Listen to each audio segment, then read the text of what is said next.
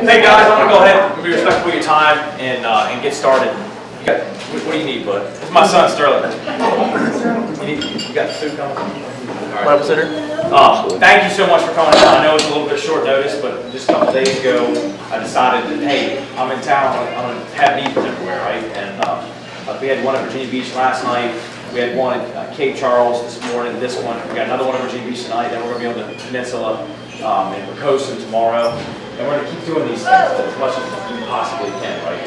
So I can answer questions and talk to you guys and listen to you. So before I want to talk about just a couple things, what we're kind of working on, and then I'm just going to open it up and answer any questions any of you got. Thanks. Does that sound good? All right. So first, let me say that I'm on. When I first got elected, we looked at what committees made sense for me. And House Armed Services is a typical one that someone from this area is usually on because of the military, right? But the Appropriations Committee, to me, was more important because that's where the money is. So there's all these authorization committees, and they authorize certain things. And then it goes to Appropriations, who deals with allocating the funds, right? Our area, our district, about over 40% of our economy is direct federal spending. So it's important that someone has a seat at the table in that committee. And Congressman Ridgel, who you guys know Deborah, excuse me. So Congressman Ridgel got to Appropriations. Sterling. Stop it. Thanks. So it was important for me to get it. Now, when I sat down with the speaker, he asked me what committees I want to be on. I told him House Armed Services, and he says to me, "No, that's not going to happen. You're a freshman. Freshmen don't get on appropriations." But I'm a little stubborn, and we worked it hard, and we worked on the steering committee, which leadership certainly has a weighted vote, and we got on appropriations. So I sit on the Military Construction Subcommittee, and I sit on the Homeland Security Subcommittee, which is Customs and Border Patrol, ICE, Coast Guard, and Department of Homeland Security. And then I'm on Ledge Branch, which deals with the Congress and Library of Congress. But why that's important is because even I knew that I would be able to fight for things like Chesapeake Bay funding, for example, where the President's budget had it down to zero. So everyone in Virginia, as you can imagine, both Democrats and Republicans, were supportive of that money to keep the Bay clean. However, because we're on appropriations, I can go right to the chairman of appropriations and say this is important priority for me and for my constituents to have the Bay funding. So we were able to get it back up to then I think 63, and now it's back to funding. But we work on mostly issues that have to do with a strong military, work on issues, veterans issues. I see a couple of veterans in here. I know my office is working with this Marine right here. We work on those issues all the time. We also work on economy and jobs issues, like getting burdens and regulations off the economy, like tax reform. We recently, and I know that you guys know this, we had a summit, a mayor summit. So how many do we have? Deborah, we have 14 or 18? So we had 14 of the 19 mayors together at the Eastern Shore Community College to get them together to come up with priorities that made sense, not just for the shore, but as you can imagine, if you're a mayor of 500 people in a town, you don't have a lot of sway in Richmond or in Washington. But if you're all together and you're rolling in the same direction, you got a lot more political power to get things done. So Rob Blockson was there too. So this first mayor summit for infrastructure to talk about things like broadband, like sewer, and other things that we can all agree on as a shore to get things going, helps me advocate for the whole shore up in Washington. It helps Bloxham up in Richmond advocate for the shore as well. It also helps me also give feedback. Just one question. You want to play a game? Here you go. Daddy duties. All right, so it also helps me give feedback to you guys, right? So for example, at Accomack, when we had UAVs, unmanned vehicles, the Triton, which Deborah and others worked on getting that here for a while, they ultimately went to Florida. And one of the main reasons, because operationally they were fine here, they were fine in Florida, but it was the infrastructure, it was the daycare, it was the housing, right? It also, it enables me to give feedback to the mayors here too, and say, hey look, we might want to think about some of our zoning ordinance and things like that, so that we can prepare. So if there are some programs like federal programs like that, or military assets that might come here, we're ready to get them, and we're ready to grab them, right? That's my job to advocate. So we're going to continue to do this mayor summit and this two-way conversation basically to help. To help me help you in Washington, to be your voice up there and really advocate. So I work on a ton of different issues. We're working on all kinds of stuff. My team, we've helped over 1,000 people. We've had over 1,000 cases that have been solved, personal cases. I've personally had just under 1,000 meetings with constituents, companies, meetings like this in the past year. So we stay very active, very busy, and when I'm here, I want to be here. I want to be impactful. I don't want to sit around in Congress and say I was a congressman. I want to actually do stuff. So I'm going to stop talking and I'm going to answer your questions. So who's got questions? Don't be timid. Yes, sir. I came here for one reason. I'm a veteran. I've been trying to get my veterans card for 18 years. Veterans card? To identify me so I can get 10% discount at Home Depot. Okay. This is very important. I went to Cambridge with a friend that is Cambridge. I've been to Pokemon. I've been to Acronym. I went 3 times for Charlotte, Rock Crawler, and to the big Veterans Hospital, new at Cape Coral, and walked out with nothing. At Cambridge, they asked me, said, do you want to go to the hospital? I said, no. Do you want prescription drugs? I said, no. Not at that point. I said, you take care of the men with no legs, no brains, that's been harmed in harm's way.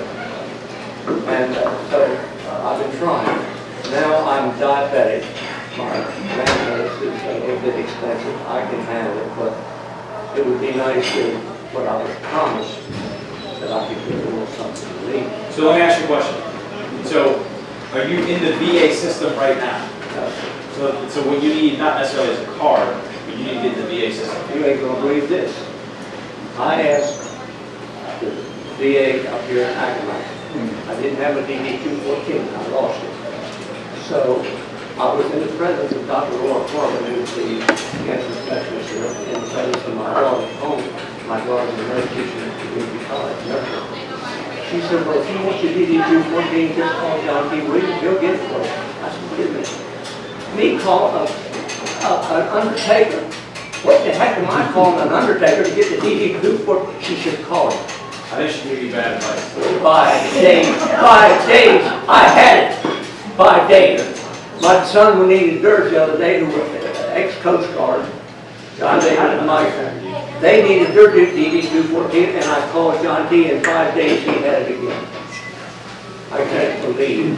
I don't know, sorry, sir, I have no idea who that is. You know, the Undertaker, or how he get your DD-214. He went right straight to St. Louis and got it. Sure, well, and you can do that too. I don't know, I didn't know that. However, what I'm saying to you is, Deborah's right here. We are happy to help you in any way. Yeah, well, I've been through her before, and nothing happened, so. You get your DD-214? No, I got the DD-214. Okay. Our office are more than happy to help you out, to get you into the system. If you're not in the system of the VA, you qualify for it, I imagine. Well, I'm 87 now, and I've done this long without it, and I guess I can live a little bit longer when I'm gone, that's it. I had a couple more issues that I wanted to discuss with you about the Eastern Shore. The barrier islands are doing so fast. I have pictures here. My son is a helicopter sprayer, dredging shells out of the inlets out here to replenish, to NOAA, the Nature's Conservancy, state of Virginia, to replenish all the rocks, the oyster rocks, trying to bring back an industry that's gone. Here's Cobb Island, the telephone pole at the old Coast Guard landline system. It is now back in the ocean. The RGA, a trawler out here on the coast, is back in the ocean, and Cedar Island has moved west. This is going to be Gilligan's Island very quickly if somebody doesn't start doing something. Tangier is going away. But nobody has ever heard the problem of what is needed on this eastern shore. One more problem. The railroad out here, I know Jerry, the engineer.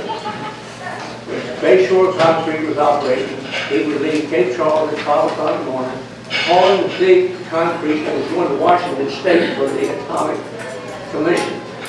It took him from 5 o'clock in the morning or 5 o'clock in the afternoon to get to Pocono, 5 miles an hour. I call it the 6R Railroad, the Rusty Rail, rock and roll railroad out here. And it's not going to run much longer because the beds is so in such bad shape. We can build stuff in Afghanistan, but we can't take care of the money. And one more and I'll shut up. What are we going to do with $22 trillion worth of debt? All right, let me address all those things that you just Number one, let me preface this by saying that you've heard me say this before. So I grew up on the shore, just on the Maryland side. But what I do remember very vividly was when you guys remember Governor William Donald Schaefer of Maryland, remember him? And one time he called the Eastern Shore of Maryland the outhouse of Maryland. So then some good old boys put a bunch of outhouses on a truck and dumped it on the governor's lawn. That stays with me. And it will always stay with me. So you can bet that I'm not going to forget the shore. Plus I'm from Delaware, right? I have family and friends from Delaware down to Virginia, right? So you don't have to worry about that with me as a representative forgetting about the shore. You talked about some of the erosion. My office works with Tangier. We've been working with them since I've been in there, for how many months now? 16 months or something like that. And I remember having a conversation with Uber years ago, like 10 years ago, about getting something to help with the Army Corps to help them out. But I can tell you right now, in my office, it's a little bit different. So we're constantly with the Corps. I talk to the colonel all the time, and we're pushing to make sure that we get something moving and expedited, right? The issue right now with the Corps, because the Corps, there are a lot of different issues there, but one of the things that's not in Congress now is earmarks, right? And it's our own party who made that go away. Now, the argument was earmarks, people are frivolous spending, it's corruption, all that stuff like that. Okay, cool. That's a reasonable argument, it makes sense. Well, then what you should do, what Congress should have done, is put things in place to stop corruption, to shine a light on that, to make sure that doesn't happen. But when you take away earmarks, I can't fight to get directed spending by the Corps of Engineers to help the shore in some areas and help Tangier in some areas because it's earmarked. But the reality is, it is our constitutional duty in the Congress to direct spending. So, in my opinion, if you're a congressman or woman and you can't go to Congress and tell you why we can't do our job, then you shouldn't be there. Earmarks should come back. There should be transparency and light and make sure there's no corruption. And then you take, if you don't have to take them, but if there's something that my district needs, I want to fight for it, and I want to make sure they have the correct funding and the authority, the Corps, to get things done. So I'm an advocate for bringing that back. I have been since I got there. Sorry. So we're working on that. We work with Uber, we work with Tangier all the time. Sea level rise is an issue, right? And so we have soundings, and the thing is, you can argue and discuss who created it or who didn't, or how much man did, how much man can do about it. The reality is we have sea level rise. We have soundings, 50 years old, and they show that there's sea level rise. We have an issue on the shore, we have an issue in Virginia Beach, we have an issue in Norfolk, which is subsiding, so it's sinking and there's sea level rise. So we have big problems with flooding, we have big problems with erosion. We have to come up with ways as a country to deal with resilience. We have military bases that are at The Navy will tell you that. That's a big problem for all of us. So we have to come up with ways to do it. My office right now, and I'm not saying that I can go, boom, it's done. Obviously that's ridiculous and I can't. However, what we are doing, right now we have a bill that recognizes a centers of excellence for sea level rise, which Old Dominion University, William & Mary, they want that because what does that do? It brings research dollars, it brings economic clusters of potential businesses who then help with resiliency. Then we can do it in this area and we can export those services around coastal areas around the country and potentially the world. So we're doing whatever we can to help out with it. I understand there has been a lot of bureaucracy and not a lot of action here for a really long time. But I don't like to sit around, I like to act. So we're doing whatever we can to help out with that. You mentioned the debt. That's a big issue. Clearly, there's no doubt about it. And in my opinion, it's going to be a series of cuts and growth to get us on the right track. We just had a spending bill. That had a lot of bad spending. And I have to make a choice on this spending bill. I have to say yes or no. I don't say don't spend here, spend. I can't do that. I say yes or no, right? And in my opinion, this bill that we had to spend, or that we had to pass, because I think that we can all agree a fundamental duty of Congress is to fund the government, right? You have to pass this bill. So therefore, there are some bills that you want me to stand up and say no, and say no. There are other bills that have to go through, like funding the government and the military, that you want me to have a seat at the table. You want me to make sure that, I mean, I assume you do, that the spending is reined in, right? But the reality is, and I'm a fiscal conservative, but the greater good for this bill was the military, was the national security apparatus, was dealing with maintenance, readiness, training. We had 80 training deaths last year, we had 20 combat deaths. That's unacceptable. Now, in the long term, the military has to be able to rein in some spending, but Congress has to make tough decisions. So the Army will come to Congress and they'll say, we have $500 million that we spend every single year in empty buildings. We don't want that anymore. We don't need it. But then Congress says, no, you can't do that. That's in my district. Or they say, here's $1 billion program that fights the last war. It doesn't fight the next one. We want to get rid of that. And then Congress says, no, you can't do that. That supply chain's in my district. So Congress has to make courageous decisions, just like our military do every single day. I think it's the Secretary. But they're not, and they haven't. And I stood up in front of our conference the other day, our Republican conference, because they were talking about funding the military, and talking about going to another CR, which is a continuing resolution, which is the most devastating thing for our military. And I said, I don't know how we look ourselves in the mirror and say, rah, rah, rah, we support the troops. This includes Democrats, Republicans.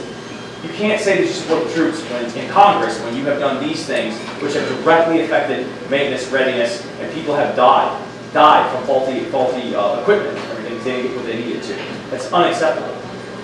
But on the spending, so if we agree that you have to pass a bill to fund the government, right? It's very simple. You have the left and you have the right.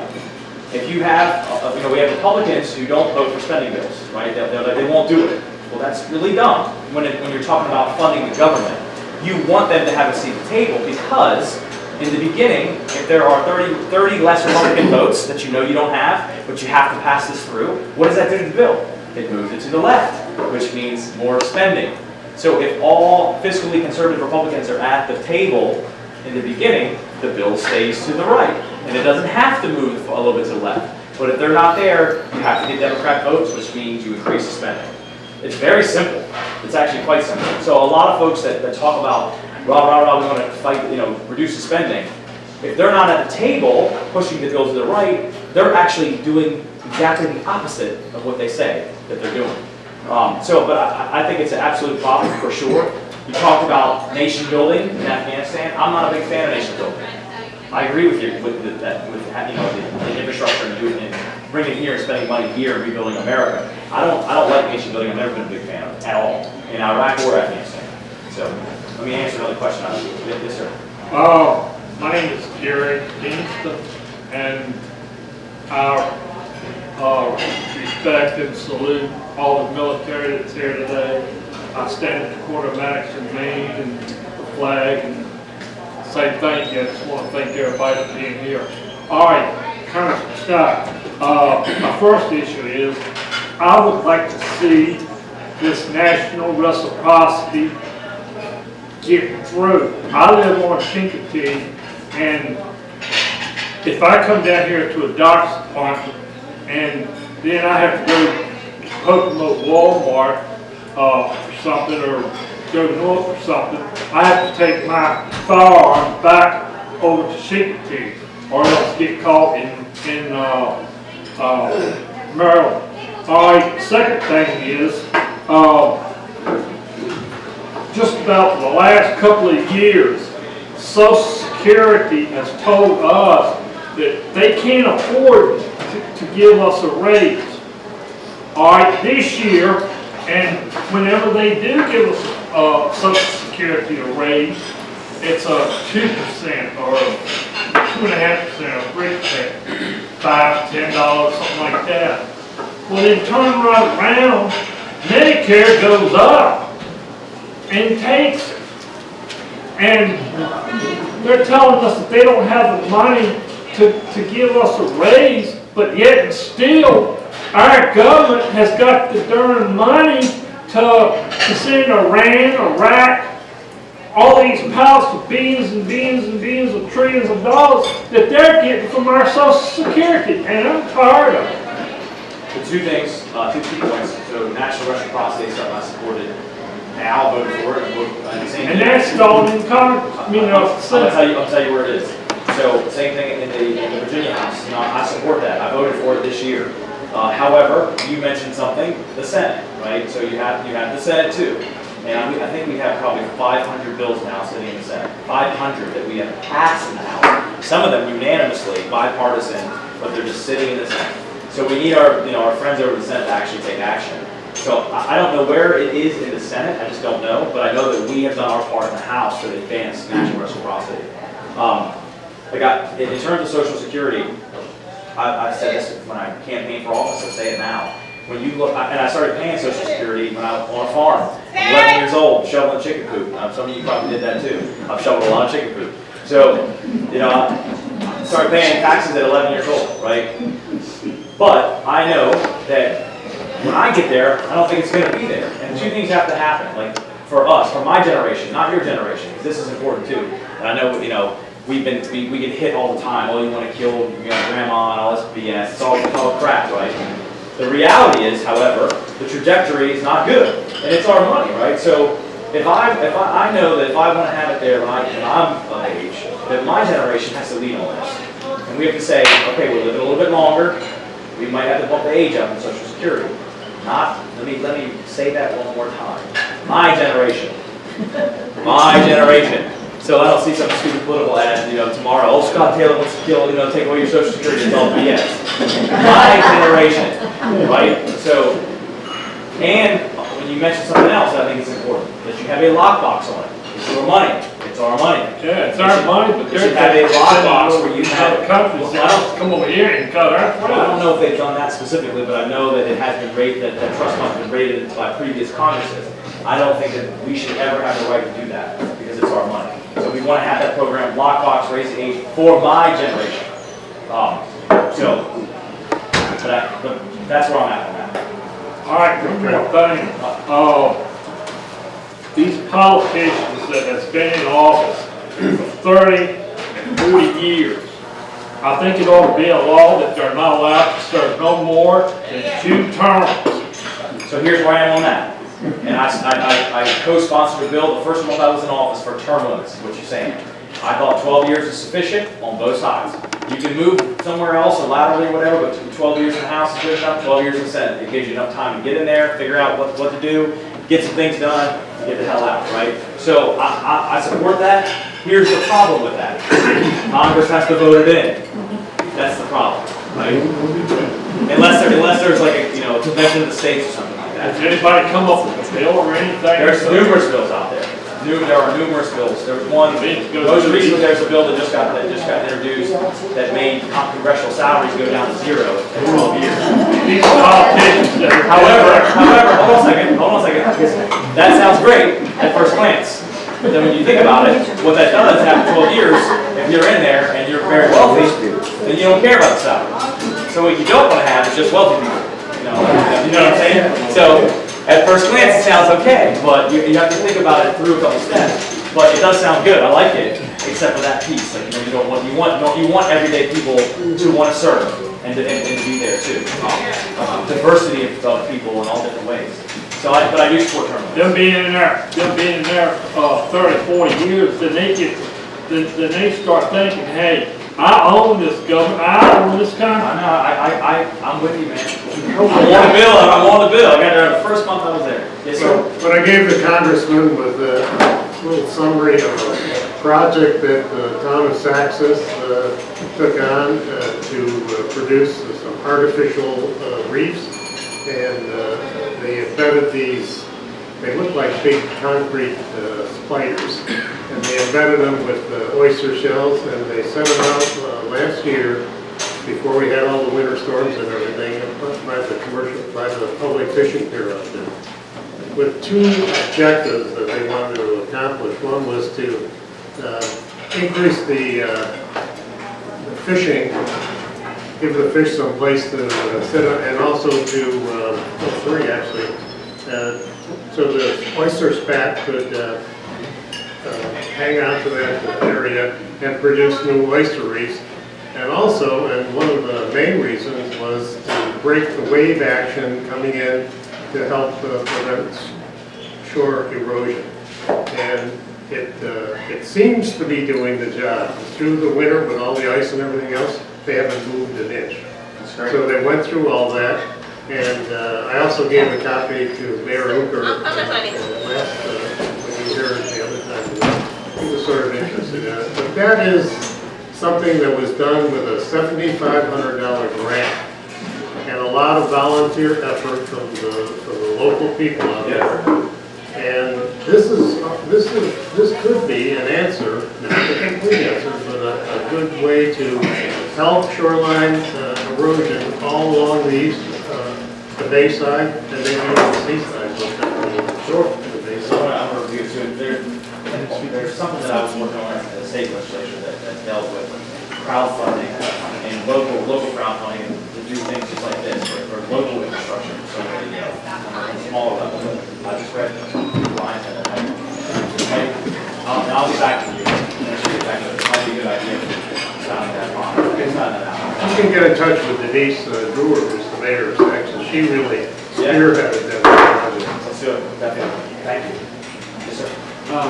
You talked about with the mayors last month or last couple of weeks.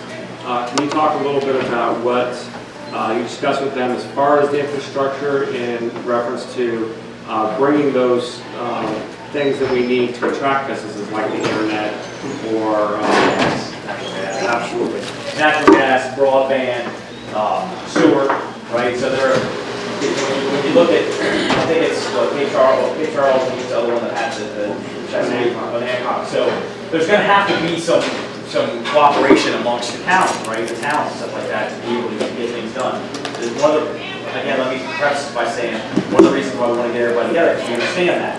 So when you want to navigate, whether it's Chesapeake Bay Ag, federal permits, grants together, things at the state level, you're so much stronger together, 100%, right?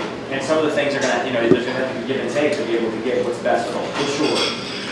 When we look at sewer, we talked about broadband, we talked about gas, natural gas. So, what's that? Natural gas is extremely important. It's extremely important because there's going to be tons of things that come off of that, right? 100%. But we talked about issues and everything like that. So my objective for the first meeting was to get everybody together to figure out what the top issues were that for the mayors, and you guys, they worked on it before they got there to figure out the top 5 or so objectives for the shore and for the benefits of the whole shore.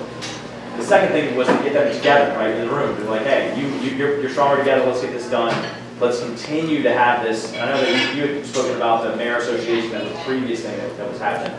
Now the next steps, okay, now we look from that list, how can I best help out from the federal side? How can Bloxham best help out from the state side, and or both, right? If there are federal funds, where do those funds go to? Do they go specifically to localities or through grants, or do they have to go to the state first? And then, where's the money flow? Like, where's the money flow go? So we're going to keep moving forward in terms of that. So where we are right now are we've established what the priorities are. We're now figuring out where the money flows are and what's the best thing that we can tackle together at the federal and state. And so it's an ongoing process. It's nothing definitive yet. It'll be time-wise, but that natural gas is a big deal. That's huge. Broadband, obviously, very big deal because I believe that, look, the world we live in now, there's this great example of in this book, Tom Friedman's latest book. It talks about computing power. And in 1999, the world's strongest supercomputer was the size of a tennis court. And the power to power that thing, power 800 homes, the whole damn town on the Eastern Shore, right? However, fast forward to 2006, that same computing power was in a Sony PlayStation. Think about that. Size of tennis court, Sony PlayStation. So everyone in this room has more computing power than the world's strongest nation state did 25 years ago. You got more computing power than the first rocket that went to the moon, right? The space shuttle in your iPhone. So if we're not thinking about how that affects us in education, in business, in government, then we're already behind. And why I say that in terms of broadband is you have a potential digital divide, right? And there will be have and have-nots if there's not internet or speed. So it's very important. I will say to you, while we're looking at running fiber and broadband, I had a discussion with a company that has now invested billions of dollars in low orbiting satellites. And they have the technology to go up and down that is just as fast as broadband. Just as fast. And actually HughesNet, which you guys are familiar with HughesNet, right? HughesNet out here, they're an investor in it. So this company won't provide the packages for everybody. They're going to provide the coverage. And it started out with them wanting to get internet to Africa, like poor areas in Africa. And then they realized that it was actually cheap for them to do it, and they can cover the world, and certainly cover the United States first. I think they're in Alaska right now, and they're going to be by 2020 or something. They should have the whole coverage of the United States. Then you'll have companies like HughesNet will then buy it from them and then give broadband packages in these areas as the ISPs. So I'm actually kind of optimistic about broadband for the shore. If it doesn't come from fiber, in the meantime, it'll come from satellites because that technology is already there. But I hope that answers your question. Sure. Yes, sir. I hate to break in again, but No, you're right. did you ever read the book, The First Seal? The first seal I did not. Please get it and read it by Roy Henry Bowman. Okay, I know him. He went into the bowels of the Arizona as a frogman and elevated himself. He was from Punta Gorda, Florida, but he was court-martialed 5 times. But he told the admiral how he was going to do the job. Yeah. But anyway, one more thing. The gentleman said about the oyster reef. Have you ever come across the Chesapeake Bay Bridge, Ocean View, and as you come out, the water is yellow. The reason it was yellow on the ebb tide is because the sewage from Hampton, Newport News, my son was filling barges with the sewage and carrying it to New Jersey to have it recycled. But there is so much of it, there's not enough barges to carry it to New Jersey. That kind of ran out. But if you ever come across that bridge, I never noticed. I'll look next time. you look at it, people don't realize or look around and see what's going on in the world. They just let it happen to them. I had to accept Hey, that. thanks for being here. And please go to our office so we can help you out. Well, We can help you out at the VA. Happy to do it. Yes, sir. I got one more thing I'll bring up and I'll keep my mouth shut. And The thing I want to bring up is these politicians they're in Congress right now or whatever, Hillary and Comey and all this other stuff, they need to wrap this bull crap up. They need to wrap it up. And if anybody in this room did a third or a quarter of the stuff that they've done, our butts would be sitting in the slammer. I understand. I'm like I'm Navy guy. It needs to be wrapped up. I understand. This South Carolina governor, South Congressman, I can't think of his name right off. I think he's doing a heck of a nice job in when he takes and interview Justice Zimmerman. But they have lied under oath so many times now. I mean, it's pathetic. I mean, the American people are getting sick and tired of hearing about it. We want it wrapped up, and we want it wrapped up now.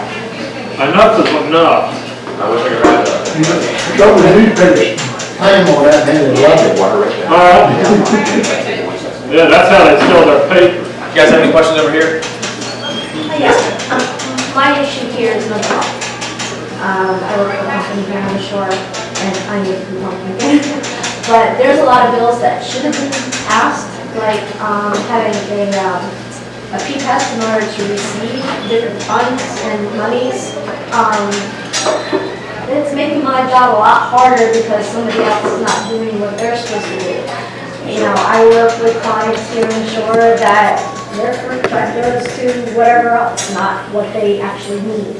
You know, there's no regulations. I mean, they cut back now on who receives services. You have to be bipolar or schizophrenic or major depressive disorder, PTSD, and things like that. But, for the veterans here, yes. But they've cut that back. But it still leaves a lot of people that are mentally ill that are not having the help that they need, or no one's reinforcing the different things that need to be happening. I have known people that will spend their entire check and then go ask for money from the local churches, or for social services, and that's what they're for, but they don't actually need it because there's no regulation. So, yeah, I remember on the shore, obviously seafood, when you couldn't use your money for cooked seafood, so the folks that were selling it could just give you $1 cook it and give you, it's crazy. So, well, let me first say, we voted for more funding in mental health. Right? That happened. Now, obviously, there needs to be programs, mental health specifically, that those funds go to, or they potential program. One of the things you're speaking about is drug testing before. And then, actually, let me say this. It's a very human tribe. We're tribal animals, right? Yeah, we're tribal animals. So if we feel like, number one, somebody's at the very top and they're hoarding all the resources and not sharing with other people, it's a problem, right? We don't like that. We also don't like when people are taking advantage when they don't have to be. Because what does that do? It take, if all the guys are going hunting right here, on the tribe, and he's not going with us, but he's eating the food, we're a little upset because he has the ability to go do it, right? That's a very human nature thing, and I agree with it 100%. So how do we cut back on folks that are taking advantage of the system, and because they're taking away from other people who actually need it? I have the same issue with veterans. We have veterans that take advantage of the VA system, right? And as a veteran, we should be held accountable, because if you're taking away from your brother or your sister who actually need it. So then that all leads me to the point that that reform, that welfare reform, those things, that's coming. That's like one of the next big legislative priorities. So you're going to see proposals and potential bills.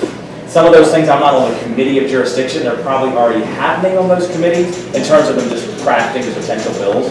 But I know that as a Congress, we're going to be looking at welfare reform and things exactly what you're speaking about in the very near future. That's one of the next big things.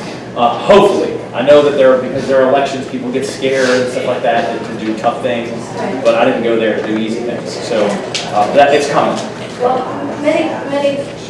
And your concern is, I think, completely reasonable. And I'd say the same thing for when you have someone so you're a Republican and we have a problem with people taking advantage of the system and who are able-bodied and not helping themselves or others. And then you have the other side, it's like they usually concentrate on the higher end, like, oh, you're just super, super wealthy and you're just taking advantage of everybody. And again, both of those things are very human nature type things, right?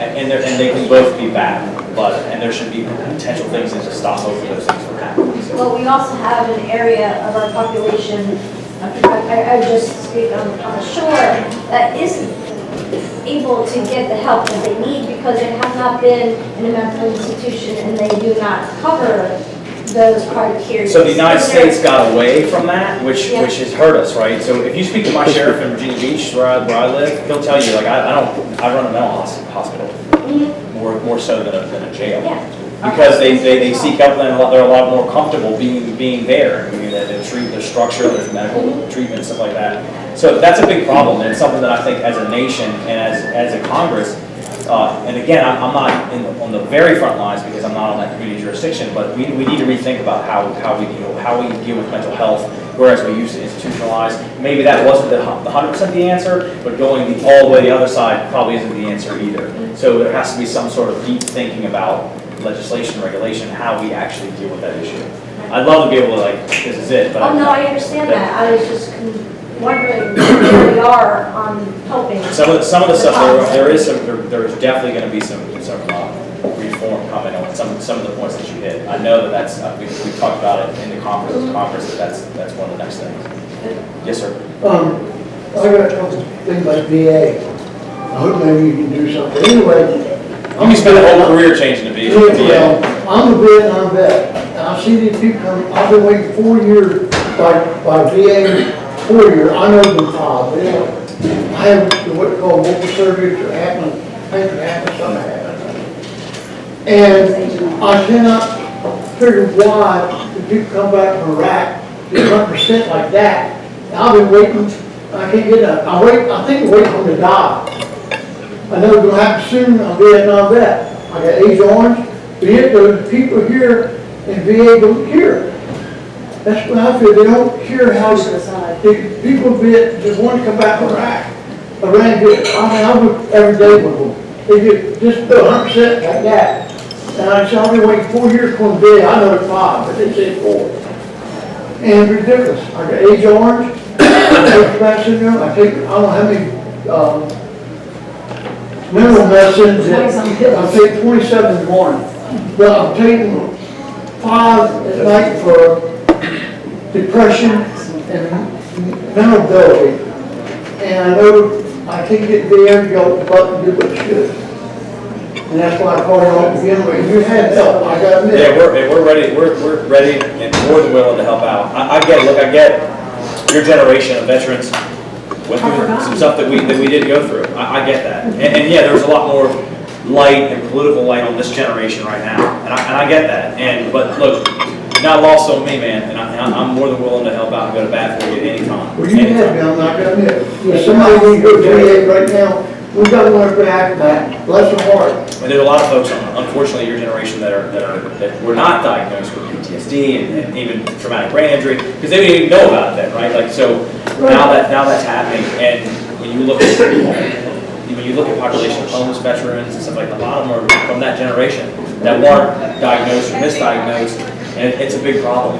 And on the VA, if I may take the liberty, VA is one of the biggest things that we work on. I mean, my office specifically, and because I'm all over the, you know, put it this way, 100% of the people in the VA are from the DoD, right? 100% of them. And their systems, their IT systems, wouldn't speak 100%. The VA was still, when I first got in, they're still using MS-DOS-based stuff. So like floppy disk, guys remember floppy disks? Like you can't even get floppy disks anymore unless you go to an antique shop. They're still on that. But this year, you know, they talked about, they finally got together with DOD, the secretaries, then Shulkin and Mattis, and said, all right, enough is enough. We spent a ton of money on this thing. Let's get the system so we can actually talk. So you transition that. The gentleman over here has been talking about losing his DE-214. That happened often, right? But it should never happen now, right? Never. All that stuff should be transferred right over to the VA immediately, seamless. So they can pull up that stuff really. They can see, one, what you've been treated for, what you need. Two, if you're being fraudulent, like I said, some of our veterans are not good, they do bad things, but the majority aren't, right?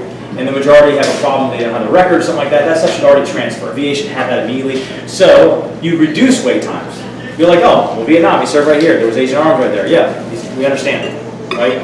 But that's we're working on that. We're working on the VA with the wait times. It's a constant battle. You know, I want to say this too, because this has been in the news lately. We talked about, there was politically, they were like, hey, the Trump administration wants to privatize the VA, and Secretary Shulkin was pushed out and all that stuff. My opinion, and I don't know that that's what they want to do, I haven't heard that from anybody in the administration, and my opinion is the government has a duty and responsibility to take care of you and veterans, period, right? I do believe, however, that there should be more private options where they're able to do that. You shouldn't have to wait to go get an x-ray if you can just walk across the street to the hospital there and get it. They should be able to talk, they should be able to get it. So the government should still be completely responsible for the care of veterans, but around the country there are parts of the country where the VA needs help from the private sector. There are other parts of the country where the private sector needs help from the VA hospital. So those types of partnerships should be more robust out there. There is a generational gap, I'll tell you this. So with the VFW and the American Legion, they advocate against any private health care. Whereas my generation's like, yeah, I want to be able to go to Centera and get something in Riverside and just get it swapped over. Again, my view is sort of in between there where you say, yes, if the private option is available and to reduce wait times, do it. However, responsibility is the government's to take care of it. Sorry, I expounded on that a little bit there. I'd like to go back to Social Security. Yes, sir. For a minute. Why is there a cutoff when you earn an X amount of money, you stop having FICA taken out of your pay. Because this seems to me, it's basically a flat tax. It's 7.5% the employer pays into the fund. It's 7.5% the employee pays into the fund. If you're self-employed, you pay 15%. But you get to a certain income level, and it stops. So it's really the lower income people that are supporting the system. Somebody that makes $1 million, $2 million, $4 million, whatever. So your means assessments. Well, I mean, no, they just stop. No, I'm saying that's what you would like to see is means Well, I assessments. don't know why it just doesn't go all the way up, it just keep on going. Now, can you do me a favor, let me write it down? So I need to educate myself on that. You said where that is. I think it's like $140,000 or maybe $150,000. Basically, the tax goes until that 140, and you don't pay anymore after that. Maybe that should be up for discussion. Right now, I will tell you that the administration, and sort of more to his point as well, the administration right now has said, and the president said that when he ran, that they're not going to touch entitlements. So while Congress may want to do it, I think that we should have some changes to Social Security and other entitlements. The president doesn't want to touch it at all, and without the administration being willing to do something about it, nothing's going to happen. So you might see that in the second term, but you're not going to see So it. this would just increase the funding of Social Security. No, I understand what you're saying. Like I said, I need to look at that first, and I'm happy to get back with you. Yes, ma'am. One thing, but they have so much boot camp and this and that before they go into the military, but I think for the ones that are actually out there, actually killing people and doing that stuff, I think there should be an exit, where they have to actually go by a psychologist, and, they might think, I'm a little tough guy, but some, actually be asked some questions where they have to think about, has this really affected me? You're seeing it's slow, but so for example, like I'm a Navy SEAL, right? So as you can imagine, you talk about the tough guy thing. Our community was like, yeah, we're fine, and whatever. It was like that. We don't have a suicide problem. We don't have any of those things. Then we did, and we do. I've had buddies of mine that have committed suicide who were studs, and you wouldn't think anything, right? And it took a while for even within my own Naval Special Warfare community for people to actually seek help. They didn't seek help. And they don't seek help out in the VA, even now. Right? We have a big problem for us. We have a huge problem in Naval Special Warfare where people, when they transition out of active duty, and, when they had all that structure and stuff like that I'm going to talk about in a second, it was fine, but then they're out on their own, and they don't go to the VA, right? And if they're not around like-minded folks and friends, then they have big problems, man. And that's what's happening. That's why I thought there was some kind of mandatory exit counseling where somebody can say, hey, you do what you do, you do this and this and this. So your idea, so what I'm saying is that's slowly taking hold. It certainly is in ours, where even on the front end, we're going to start doing it in SEAL teams, and I know that in special warfare, and then it will go, it kind of goes like this, it goes out, right, spreads out. Where they'll do like a baseline testing with people for traumatic brain injury and things like that. Because a lot of what you're seeing for some of the injuries, some of it's PTSD, some of it's traumatic brain injury, or CTE, like in football players, because of blasts. Like we shot a lot of blasts, and that over time, it's invisible, but it affects you. In fact, two of my buddies that committed suicide, their families donated their brains, and in fact, it was CTE that they had. So you're seeing that happen, and you're seeing that talked about a lot more now, especially with these wars, because improvised explosive devices were like really the biggest threats. I mean, of course, people got shot and stuff like that, but a lot of people have come back who have been, with roadside bombs, where they're missing limbs or their heads, they had problems with their brains. The interesting thing is, when you look at military medicine too, the survivability rate now is so much more than it was, like Civil War, all the way, quite frankly, up to like the Vietnam era. So the way that the military, what they did was they started saying, okay, where the survivability rate was really low if you had a pretty bad injury all the way up toward the Vietnam, then they started bringing surgeons and folks right up behind the front lines. Whereas before you get medevaced out, you're sent out to like some hospital and you died on the way, right? Now they we have surgeons and emergency care right there by the front, and then once they get you stabilized and ready to go, then you get shipped out. And a lot of those people survive, right? So, and a lot of folks have problems. One of the things that you mentioned, yes, there is a finite population who's been involved in actual fighting, right? As you can imagine, the vast majority of people in the military, and when you go to war, there's support, and some, which is extremely important. As a CEO, I don't go on a mission with the comm support, with logistics support, with all that stuff. So they play a very important role, just as important as my role, right? However, a lot of them might not have been exposed to certain elements, as you said. So yes, there is there's a known population that you can do that. So I know that the military is moving that way. I don't know exactly where they are with it, but I'm happy to find out because I think it's a very important point to be evaluated before you get out. Again, our Naval Special Warfare Community, I own military community, they do a great job while you're in, right, and psych help and stuff like that. And now our culture has completely changed. It's the opposite now. People have no problems going to seek help now, whereas 10 years ago they did. But there's that gap, right? You get out, and that structure's gone, and you may not seek VA help. And the VA, so I think it's, you always hear that number, 20, 22 a day, that's for suicide. Thanks, John. Thanks. Thank you all, you guys. God bless you. So 14 out of the 22 a day are outside the VA. So most of the people who are committing suicide don't seek help from the VA, and that's an issue, right? So anything to the extent that I can help save lives and save families, I'm in, man. So we'll track that down. Thanks for that.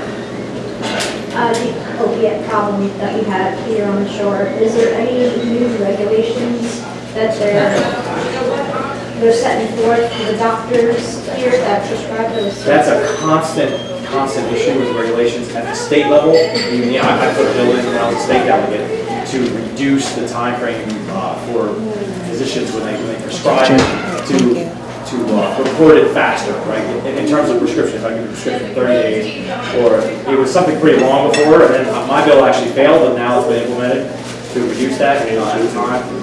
At the state level, they're doing that. At the federal level, where there's a lot of funding that goes into it, then it goes down to the states and they deal with it.